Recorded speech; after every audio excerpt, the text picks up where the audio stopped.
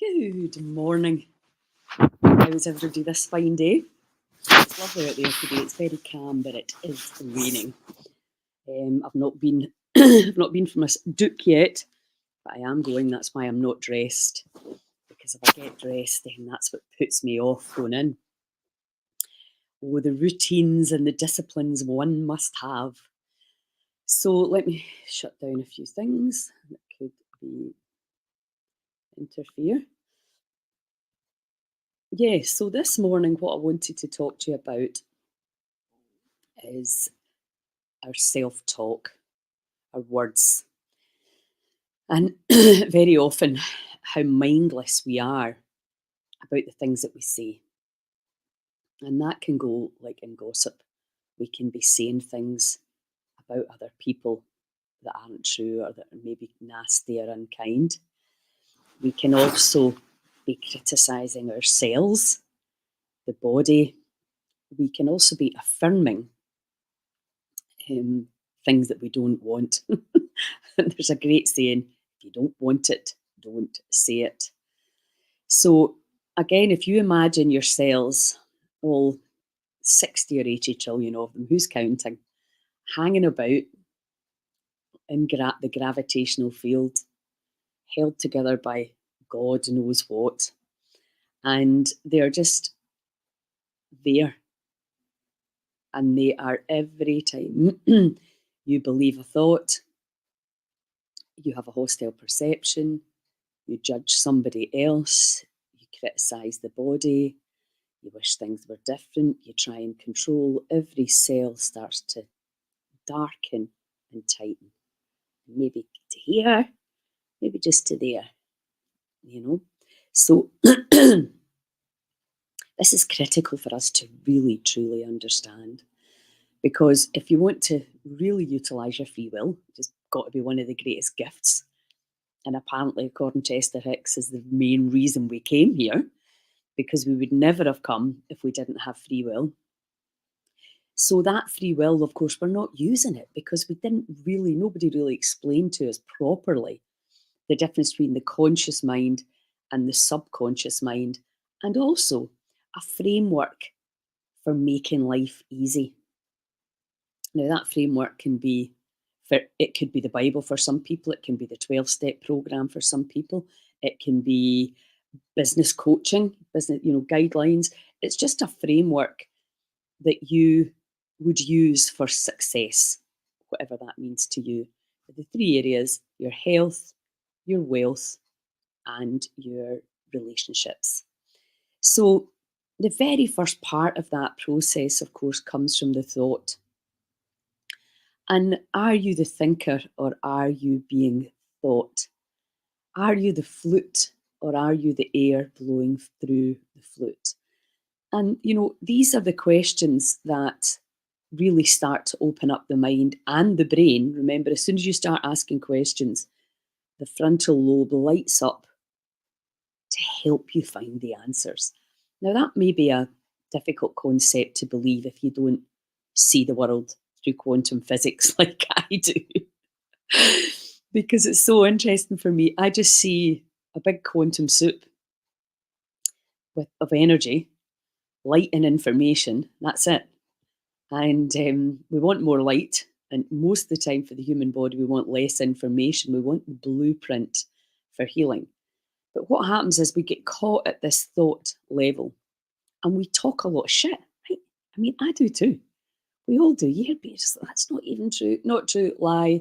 Because when you really start to work with letting go, with breath work, with intermittent fasting, you come to realize that your body is a giant lie detector. But not only is it receiving information and the information's bouncing off, going, not true, not true, not true, bullshit, it's also giving out information. And this is really critical to our peace. Maybe you just want peace. Maybe you don't have a big monetary goal or a big career goal. Maybe it's cellular peace. That's certainly my goal now. And harmonious relationships, if that can be achieved. But you need two people involved in that, and you don't always get that. So you just have to let go. So we start with the thought. And remember, the thoughts are electrical, they travel along this electrical current. And I used to have a really good friend, and we would just look at each other because knew we were both thinking the same thing. There is a telepathic, there is are these. Now we know, pick up your phone. You can phone anybody in the world right now and speak to them in real time. What is that information traveling on? We have these, as when we start to see ourselves as these big beacons, like a huge big human pylon that information can travel through, that it can be received and it can be sent out. I mean, it's maybe not as romantic, but you're a big beaming transmitter and transceiver of information. And every single thing on this planet started with a thought. Is it possible to turn Heal Scotland's health trajectory around? Now, I'm not the only person doing it, not by a nautical mile. There's literally hundreds of incredible people all over our bit of land, doing the same thing, wanting to make a difference, really understanding. If you have a pool of people that are in poverty and addiction and despair, you cannot be up here going, "Well, I'm all right, Jack." Well, you could, but that's ego. You do not understand the quantum dynamics of being human. Because you cannot, we have to see us as a collective, and we have to help the people that are way less fortunate than us. That's just a quantum rule.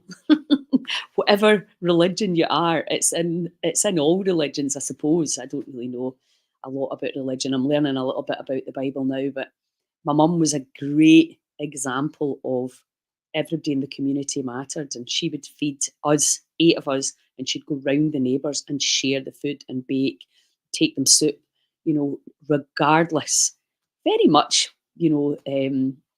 what you love to see in the communities again today. She shared. We were not allowed a biscuit unless there was enough biscuits for all our friends that came into the house, which there very rarely was because we ate them all. So that whole idea of sharing in community and looking after each other, where on earth is that going? And you maybe have it as a concept in your mind, but how can we truly get back to understanding that at that level? And I'm going to be talking to my friend Neil McEnroy about this at the festival. You need to come along and hear him. He's mentally good about the economics of it and how poverty, poor health, and poor wealth are intrinsically linked. So we have to look at the economics. So we can do as much as we can individually, but we have to look at it as a collective. We all have to be way better educated on the economics and how we can community wealth building, how communities can get round the ideas that are really simple. Anyway, I'm digressing. Come and see him at the festival. So the thought, let's start. The thought's electrical in nature, so it's travelling at the speed of light, or round about that, fast. The feelings are magnetic. So we're just going to look at the self-talk. So what are you saying? How powerful, we know how powerful our words are. If you go back to my situation working with people who have been diagnosed terminal, can you imagine the fear that that instills? These words, based on a snapshot in time of this energy system, and then we call it a test. It's a snapshot in time, and then we give a prognosis from that. So there'll be a diagnosis, which will be the label, and then the prognosis is the concept around what that is. Now, you can take this into any level of whether it's your health, your relationships, or your wealth. It's all the same thing. So you're given a narrative with words that can terrify the living daylights out of you. 1 minute, you're completely fine, you feel fine. The next minute, everything's changed and you're on a trajectory towards crossing the veil because of the words that somebody has used to you. Now, that's an extreme example, obviously, but that is what happens. Today, that'll happen to people. They'll go for results and they will take on other people's words. So, and it will terrify them. So we need to understand the power of our words and the power of our self-talk, because often you'll not even say things out loud, but it'll be going round and round in your head. And your cells, your nervous system, and the neurotransmitters in your brain, the chemistry in your blood, the, your heart rate, your blood pressure, all of that is getting affected by what you're saying to your cells.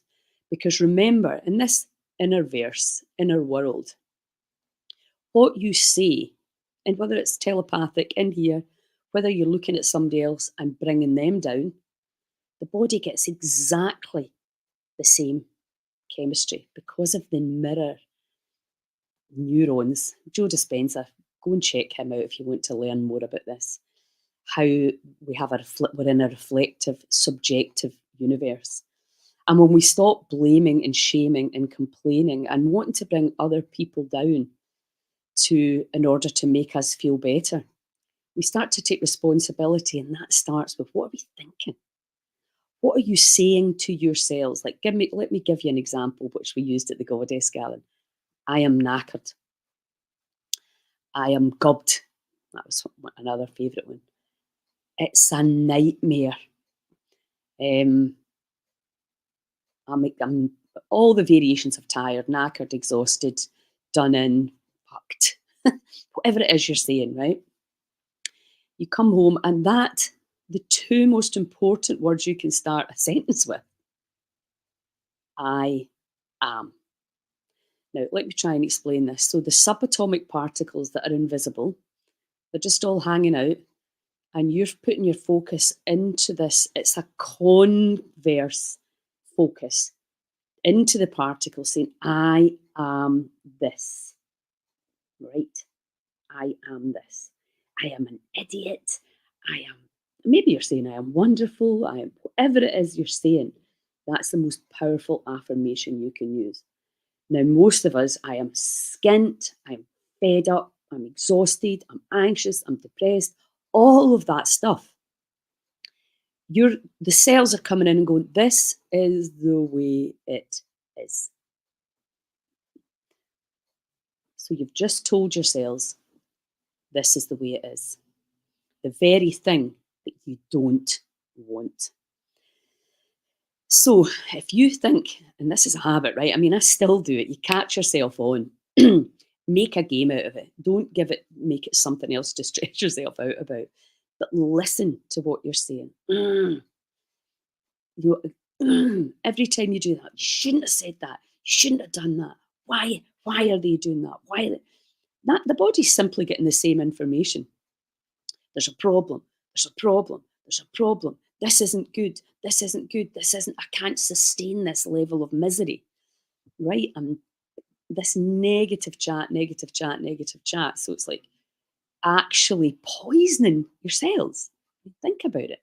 This is the kind of stuff we need to be teaching in schools. There's tons of data and science now that will clearly show you the fight, flight, fawn, freeze response to the rest, restore, repair, digest response. 2 states, obviously varying degrees of these states. So in terms of health, but again, you can take this into your relationships and you can take this into your wealth. The more relaxed and happy and positive mind, and we'll talk about positive thinking versus positive feeling, that you are, the more fun you're going to have. Simple as that. And the more people are going to want to be around you, the more solution focused you're going to be, the more you're going to see the drama for what it is, drama. And you can actually literally change the way that your brain lights up. Again, Joe Dispenza's work. When you change the negative affirmations into inquiring, like Byron Katie uses that word, inquiry. Right, so I am knackered. Take that as an example. It would turn it into a question. What would it take for me to have more energy? How do I feel more energy on a daily basis? What would it take for me to heal? How does it get better than this? And, you know, if you have a religious background, then people will be, they pray. They'll pray to whoever their God is. The way I see it, again, bearing in mind, for me, everything's just quantum physics. We're interacting with energy. It's we're asking this intelligence, this quantum soup for assistance and for help. And that language, if you feel it, do it with me right now. I'm knackered. I'm overwhelmed. I'm exhausted. Right? Feel the body. And now change that into an inquiry. What would it take for me to feel alive and vital and curious and motivated? Feel how that feels. How does it get even a wee bit better than this? Yeah, okay. Yes, you need to get the kids out. I get that, but it's on replay for people that want to watch this or send this on to somebody. So powerful in this information. And also get all your friends learning it so that you can catch each other on when you go back into the old habits. Because what we're talking about here is changing, shifting our perception. Morning, Nikki. How do we literally expand our own selves, starting with our self talk? So let's do another one. What else would think of something negative you say? It's a nightmare. It's a nightmare. So it's a nightmare, right? That's a very negative, solid statement you're telling your cells. And I want you to start seeing your cells and your microbiome as your own wee personal jungle of fun. So you're starting to look at them and you're looking down at all the incredible intelligence that's going on, that's living on and in you. So you've got the physical body and you've got this electromagnetic field that feeds the information in and out. So once you start to perceive your body in a completely different way, which is what we need to do, then you can start talking to it like you're somebody who actually cares about it and who wants to live in it, free from pain, full of vitality and joy and excitement, dancing, singing, and having the most incredible experience with your cells. You have that potential. So feel it's a nightmare. What would it take for me to let go of that limiting belief? How do I switch that perception from nightmare to dream? I am living my dream. It's a dream, actually is. It's an illusional state that I can choose to enjoy or not. Find your own words. Play around with it. I was listening to Jordan Peterson and Lex Friedman this morning. Jordan Peterson got 8 scholars together. They went away to this house and they, for 8 days, and they studied and played their jet skis and all that. They've obviously got loads of money, but you don't need money to have fun. But they spent 8 days discussing all of the issues and looking at different things and different concepts and different belief systems. And they had, you know, an incredible time just being able to discuss life. And we just don't have these conversations anymore. And that's really, it means that nothing's coming out. It's all getting kept in here. We're wondering. I had a client yesterday, she was saying, what will people be thinking of me? And I was like, oh my God, who gives a shit? But that's the reality, especially when you live in a small community. But it's really easy now to hide yourself away, entertain yourself online. And I do that a bit as well, I can totally admit it. And actually forget we need feedback. And if you're single and living on your own, you'll not be getting that feedback. You'll not be getting that feedback from other humans going, rein your neck, pull your neck in. That's not fair. That's not nice. That's not kind. Because you can literally start in this little world of your own where you're having no feedback from your community, from the masses, from your family, because you just keep them out because you don't want the feedback. And everything to do with energy medicine is about feedback. So start off with thinking about what you're saying to yourselves. Are you criticizing yourselves? Are you judging yourselves? Are you trying to control others? Are you wishing others were different? So then, and catch yourself on when you're doing it. They are doing this to me, because it's this idea I'm the victim. Poor me. The apparent others are out to get me.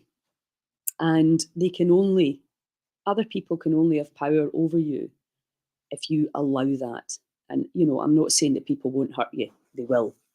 But you can then choose to ruminate in that pain, or to remember hurt people hurt people. So somebody that's trying to hurt you is hurting, for sure. It's absolutely a given. It's not personal, it's coming through their pain. Again, to use Eckhart Tolle's terminology, their pain body. So, what else what would it take for me to fully perceive I am living the dream, instead of saying it's a nightmare? And let's talk about positive thinking and positive feeling, right? So, another one is, I'm starving. There'll be nobody on this live or this replay that's starving. Pretty sure of that.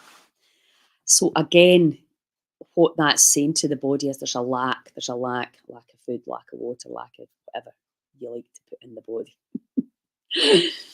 So what would it take for me to experience the sensations coming through the body without labeling them and negatively affirming them? So maybe you want to eat, but you absolutely don't need to. You get a feeling that immediately says, like, I need to eat that feeling away. And we know that emotional eating's a thing. So getting to understand it's a feeling. I can drink water, it'll probably go away. I can tap, it'll probably go away. I can deliberately fast, I can acknowledge the feeling, and I can let it go. So we don't need to do anything with the feelings. We can completely ignore them. But that can be a challenge, obviously, if the feeling's strong. So this takes me to positive thinking. What some say, I used to give a shit what people thought. What's that all about? I'm learning to accept the new me. I'm not the version I used to be, and love things now compared to the old version. Yes, it's just remembering when you've are you present, or are you the program? And most of us are the program. We respond. We know when somebody's not present and not listening to what is here in the now. So when you have, I am feeling amazing. The light keeps going here. I don't know why. I'm feeling amazing to. No, I'm not feeling amazing. So you can hear that empty. How are you? Oh, I'm great. And you're like that. No, you're not. Or, oh, I'm fine. Fine's just like, I'm not going to bore you with my stuff, but I'm really actually having quite a hard time right now. And I don't know about you, but I've got a lot of people around me in deep grief right now for loss, So these feelings are very real and very relevant, and that's part of being human, I'm learning a wee bit about that as well. So how do we get our words and our feelings into alignment, so that instead of saying, because this is about manifestation as well, if you are saying, I am a millionaire, I allow myself to be a millionaire, but everything that's coming from the subconscious is like, you're not good enough, I can't trust myself, I have no discipline, I have no self-love, I have no self-esteem. If that's a vibration that's coming out there, then this and this are miles apart. And possibly the manifestation will never come. And this, for me, is how we are going to get people out of poverty mindset, and poverty finances. We have to get the mind right, and we have to understand that you can believe anything you want. It turns out, but believe stuff that's going to empower you, and find a way to make it true. So, and that starts with what you're saying. And my pal used to say about this person, she rattles when she walks, which I just love that saying, because it's like the words are not aligned with the behaviours and the actions. So we're looking to align what the conscious mind is saying with the heart and with the soul, literally. So if you start saying, right, well, what would it take? You're like, I'm exhausted, and a lot of people are exhausted right now, and I'm maybe overwhelmed. I've got too much to do. I don't have enough time. And these concepts are absolutely true. Because if you've got kids and a partner and a job, ladies and gentlemen, I don't know how you do it. I've had all these things, but not all at the same time. So then you have to go, right, okay, it's basic management. What would it take for me to have more time for myself, or for my mental health, or for my spiritual health? So you start asking the questions, right? So if I was to say, so say I perceive I don't have any time, well, then you have to start actually measuring how long you're on your phone, how much time you're spending watching TV, how much time you're spending drinking wine, and then you have to get completely honest with yourself about the time that could be spent. I'm not saying there's anything wrong with any of these things, but be honest about your time. So being honest is really, really key to self-talk, owning your stuff, owning your limiting beliefs. I have no time. Is that true? Well, we've all got the same time, 24 hours in a day. 8, say, spent sleeping. That leaves us 16. So looking at your time management. I remember doing this when I was at Tony and Guy. It was so powerful, because then you can start adjusting. Right, okay, I'm spending 10 hours watching Netflix. I could take one of them back a week, and I could do something for my sales. So honesty, transparency. Keep a journal. Write it down. You have to, as my brother always says, you have to measure it to manage it. So you need to know what you're doing on a daily basis and see what you can adjust. And then listen to your chat. Are you talking shite? Because we do. And you hear yourself say something and then you think, that's not even true. That is absolutely not even true. I am making poor choices. And what would it take for me to make great choices? So you can see, and of course, the Byron Katie question, is it true? And I find that that's actually the one question that you need. Is it true? So your homework, your home play for today is listen to yourself chat. If you hear yourself saying, I'm knackered, I'm bored, I'm this, I'm that, I'm the next thing, all the things that you don't really want to be, catch yourself on and turn it into a question. Access consciousness. When you say, I am this shit thing, what you're doing is you're doing the opposite of accessing.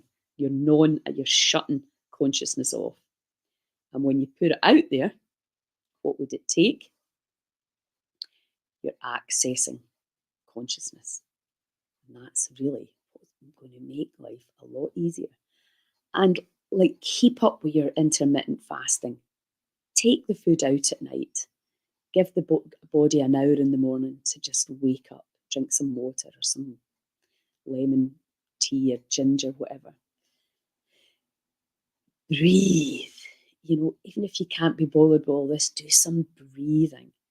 And then all these techniques I'm teaching you over this month, powerful, powerful ways to switch your cellular activity and to expand your cells simply because you can. It's a choice, and we have free will. And there's things that we can't control right now, but there's definitely things that we can. And it's how you talk to your cells and how you talk about other people's cells. And that judging thing, I still judge everybody's haircut. I still judge my own every morning I come on here. I'm like, oh, it would be nice if it was that colour. What a wee fringe in there would be nice. A few highlights. I can't help it. That's been brainwashed into me since I was a kid, literally in my mum's salon, perming hair, cutting hair, looking at, creating a look. I've always loved that stuff. But now, just because you have a dodgy haircut, I realise there can be more to you than that. So it's looking at our habits, owning it, and turning that negative statement into a question. So, hope you all got something from that. Get one wee tip. If you've worked with me before, you'll have heard this stuff before. But I know that. You know it, but are you actually doing it? Are you practicing it? Are you, can you please judge my hair? You tell.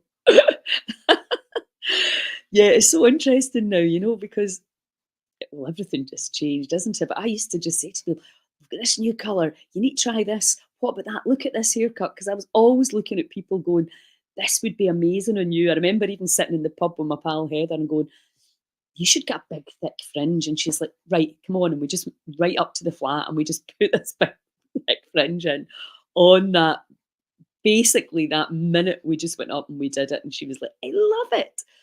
Because sometimes you just need other people to give you ideas. That's what we're doing. Inspire people with your presence, with your words. Turn it around. What would it take? I am knackered. Knackered is me. You are not. There's nothing wrong with you. You are pure energy. There's just a few things that you can adjust to feel a lot happier and a lot more expanded and up into that courageousness, acceptance, and peace. Anyway, I hope you get something from that. Practice, deliver with humour, good for this. Yeah, exactly. Thank you so much. And remember, guys, please spread the word around about the festivals. Please help me get as many people along. We are going to have an amazing pop-up healing centre. I'm going to look at land at the end of the week to maybe have a day centre. We need to get this information out to people. There's so much that you can do to help yourselves. There's so much we can do to prevent disease and take our own power back in every level and to change the systems. I keep getting my Neils mixed up. Neil McEnroy, an economist, coming to the festival, going to be doing the opening ceremony with me. So we talk about health and wealth and how they're intrinsically linked and how we, the people, can make sure that we bring people out of that poverty mindset and that wealth. That's survival state, because that's what it's about. How am I going to get through tomorrow if I get enough money? I mean, it's awful. 2024. What the hell? And then you'll hear Neil talk on the Saturday at 11:30. And him and I are going to brainstorm a real strategy, a revolution, becoming the activist and really getting on with this, because it's time. Anyway, without any more ranting from me, have an awesome day and I will chat to you all tomorrow. Ciao.